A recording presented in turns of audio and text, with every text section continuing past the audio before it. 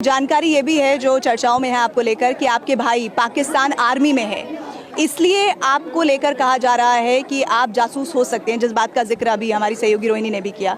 तो भाई आर्मी में कैसे जुड़ा, आप उनसे कितनी आपकी बातचीत है, क्या आपकी आपस में बातचीत में शेयर हुआ कि आर्मी को लेकर क्या तरीका है, पाकिस्तान में कैसे काम होता है, क्या नहीं होता है? बहुत सारी बातें हैं जो आपको शक के दायरे में भी लाती हैं। जी मैम, ऐसा कुछ भी नहीं है। मेरे पापा की इच्छा थी, क्योंकि मेरे भैया को जॉब नहीं मिल रही थी। मेरे भैया हाइट के लंबे और अच्छे हैं, स्मार्ट हैं, 22 साल के हैं, वो ज़्यादा बड़े भी नहीं हैं। तो उनकी मतलब जॉब नहीं, जो हमारे लड़कों को जॉब नहीं मिलती तो वो फ़ौज में ही भर्ती होते हैं। तो ये मैंने खुद ही सच बताया था, और वो अभी भर्ती हुए 2022 में। अभी वो कंफर्म भी नहीं हुए कि आगे वो जाएंगे कि नहीं। अभी उनकी चल रही है, उनकी ज़्यादा सैलरी भी नहीं थी, अभी वो वाकई फ़ौज में भर्ती हुए हैं। नहीं। और आप हिंदुस्तान में आ चुकी हैं, बताया आपने? नहीं, मैं किसी को, मेरे घर वालों को किसी को पता नहीं था। मेरा लड़का हुआ था तो इनके गांव में कत्ल आम है, लड़की को मारना बिल्कुल ही आम है। इनके जो इनका गांव है ना जेकमाबाद, वहाँ लड़की को मारना जैसे मच्छर मार दिया आपने, ऐसे है, मार देते हैं। और कोई इनको रोने भी नहीं देते परिवार को। पाकिस्तान में अभी कहाँ रह रही थी? मैं कराची शहर में शादी के बाद, इसी डर से मैं हैदर साहब के साथ रह रही थी? जी, इसी डर से मैंने हैदर से रिक्वेस्ट करी कि हम यहाँ नहीं रहेंगे, क्योंकि कल हमें बच्चे होंगे तो उन पे क्या असर पड़ेगा। वहाँ स्कूल भी नहीं है, पहली बात कोई भी मतलब वो नहीं है, जैसे शहर होता है, बहुत दूर शहर है जेकमाबाद, ये बिल्कुल जंगल में रहते हैं, क्योंकि सब क्राइम लड़कियाँ मारते हैं। यहाँ पे आम था लड़की। कितने बच्चे हैं? मेरे 4 बच्चे हैं मैम। तो आप अभी हैदर साहब को, जब बच्चों के बाद तो रह रही थी ना आप कराची में, हैदर साहब के साथ ही रह रही? नहीं, हैदर सऊदी अरब में 19 में वो चले गए थे। अब 2019 में चले गए? जी, अब तक नहीं आए थे। और 2019 में ही आप नेपाल गई थी? नहीं, मैं 2023 में आई थी मैम। शुरू में मैं 20 में इनसे मिली थी। शुरू में मेरा कोई इरादा नहीं था कि मैं इनसे इतना प्यार होगा या मैं यहाँ पे आऊँगी, ऐसा कुछ भी नहीं था हमारे बीच। हम खाली फ्रेंड थे, फ्रेंड ही रहे 1 साल 1.5 साल तक। फिर जब मतलब मुझे लगा, और मेरे पापा की डेथ होने के बाद खास तौर, तो मैं अकेली सी हो गई मैम। कब हुई डेथ? उनकी 2022 में हुई थी, दिसंबर में। तो इस बात से वाकिफ थी कि वहाँ पर मारते हैं, काटते हैं, लड़कियों के साथ ऐसा व्यवहार करते हैं, तो कैसे आपने वो हिम्मत जुटाने की कोशिश की? आपको लग रहा था, माफ़ कीजिएगा, कुछ आपके हाथों पे ये सारे मैं निशान भी देख रही हूँ, ये क्या है? ये किसने, क्या किसी ने किया है? नहीं, मैंने खुद करा था। उनके प्यार में हमारी लड़ाई होती थी, शादी वगैरह पे जाते थे मुझे बताए बगैर, तो इस बात पे हमारी ज़्यादा लड़ाई होती थी। तो इस कारण ये बीड़ी पीते थे मुझसे चोरी चोरी। ये चोरी छिपे पीते थे? हाँ, तो मुझे इनके दोस्त फ़ोन करके बताते थे कि बीड़ी पी रहे हैं, तो मेरी कसम खाते। तो इस बात पे ज़्यादा मैं ये खुद को जलाती। कब की बात है? ये 2022 की बात है, 1 साल पहले।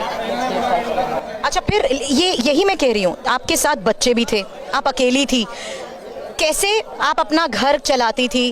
कैसे आपने ये समझा कि आपको किस रास्ते सचिन तक पहुंचना है? क्या आपके पास उतना पैसा था? क्या काम आपने कुछ किया?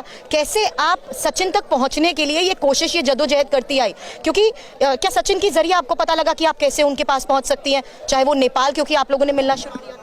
ये हम दोनों ने मिलकर सर्च किया था यूट्यूब के ज़रिए, क्योंकि हमें मिलना था। पहले तो मैंने इंडियन वीज़े के लिए बहुत कोशिश करी, वहाँ की एम्बेसी के इस्लामाबाद में है, तो मैं तो जा नहीं सकती। वहाँ रेलवे एजेंट होते हैं, वो दूसरे एजेंट माने जा रही हैं, रेलवे एजेंट जैसे शॉप होती हैं, उनके आगे लिखे थे रेलवे एजेंट। वो सऊदी अरब का, दुबई का, हर कंट्री का वीज़ा भी लगवा के देते हैं और टिकट भी लगा के देते हैं।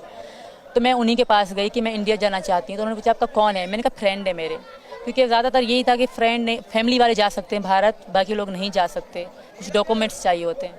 तो मैंने इनको बताया कि मतलब ऐसे ऐसे कागज़ मांग रहे हैं, फिर मैं आपके पास आ सकती हूँ वरना नहीं। तो इन्होंने अपने आईडी कार्ड और राशन कार्ड की कॉपी मुझे भेजी, और मैंने जमा भी करे वहाँ पे अपने फ़ोटो बगैर 2 पट्टे के। उन्होंने कहे थे सर ने कि निकाल के दो, आपके एम्बेसी में जमा कराऊंगा, आपका वीज़ा लगेगा। पासपोर्ट बनवा ली मैंने, तो मैंने वो भी करे। फिर उन्होंने कहा कि एक कागज़ और है, इंडिया से 3 डॉक्यूमेंट्स चाहिए, तीसरी सरकारी ऑफिसर के कागज़, जैसे ड्यूटी का कार्ड होता है उसकी कॉपी, और उनके साइन में आपको फॉर्म बना के दूँगा, करवाएंगी, तभी आप इंडिया जा सकते हो। तब भी 3 महीने आपको वेट करना होगा, और कंफर्म नहीं है कि आपका वीज़ा लगेगा कि नहीं, क्योंकि 100 में से 90% आपका लग सकता है, नहीं लग सकता, और 10% लग सकता है। तो इनसे मैंने बताया, तो हम दोनों बहुत परेशान थे ना, तो मैंने इनको कहा तुम पासपोर्ट बनवा लो, हम दुबई में मिलेंगे, पहली बार मुलाकात का हमने सोचा था कि हम मिलेंगे। तो इन्होंने पासपोर्ट के लिए यहाँ पैसे भी जमा कराए। तो इनको बहुत चीज़ें बता रहे थे, ये समझ ना पा रहे, थोड़े भोले से हैं ये, तो ये समझ ना पा रहे थे। तो फिर नेपाल के बारे में हमें पता पड़ी कि नेपाल में इंडियन लोग बगैर वीज़े के या बगैर पासपोर्ट के आ सकते हैं। तो मैंने इनको बताया कि मैंने कहा तुम नेपाल आ जाओ। इन्होंने भी सर्च मारा था, तो मैंने भी अपना वीज़ा नेपाल का लगवाया। मैं अकेली आई इनसे मिलने के लिए 10 मार्च को। बच्चों की परवरिश करना, 4 बच्चों की परवरिश करना, खुद का घर चलाना, रोजी रोटी कैसे कोशिश करती थी? पैसे कैसे? शुरू में तो मेरे पति मुझे देते थे मैम, मैं झूठ नहीं बोलूँगी, जो सच है मैं वही बोलूँगी। मुझे देते रहे, पर रिस्पेक्ट मेरी वो बिल्कुल भी नहीं करते थे। हर बात पे लड़ाई करना, गाली गलौज करना उनकी आदत सी थी।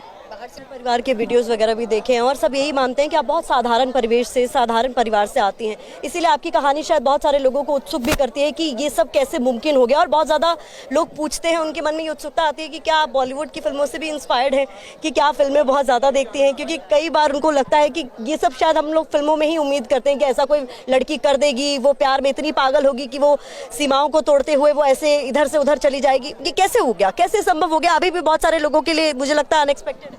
फिल्में थी, फिल्में बहुत देखती थी, पर मैं इनको खोना नहीं चाहती थी। एक बार पहले मैंने खो दिया था, वो 2013 की बात कर रही हूँ मैं आपसे। मैं किसी को पसंद करती थी, मेरे कज़न थे वो, तो मैं बहुत उनके लिए दुख दे कि मैं शादी करवा दो। शादी की बात चल रही थी, तो सबको पता पड़ कि पसंद करते हैं तो पसंद एक क्राइम माना जाता है, हमारे यहाँ बहुत बड़ा क्राइम माना जाता है। बलोचों में तो बहुत, मैं बलोच से हूँ, मेरे पति भी बलोच से हैं जो पहले वाले हैं, तो बलोचों में लव करना बहुत बड़ा क्राइम। वहाँ काला कारी कहते हैं, जो लड़का अगर पसंद करे काला, लड़की करे तो काली। तो लड़के को तो नहीं मारते, लड़की को मारा जाता है, तो रिस्पेक्ट पे बात आती है। और इसी कारण अभी मेरे पति जो चिल्ला रहे हैं, इसी कारण चिल्ला रहे हैं क्योंकि उनकी नज़र में मैं काली हूँ, तो इनके साथ रहना मेरे लिए सही नहीं है। तो वहाँ पे इसी कारण मैम, अभी वहाँ पे काला काली का सिस्टम होता है मैम।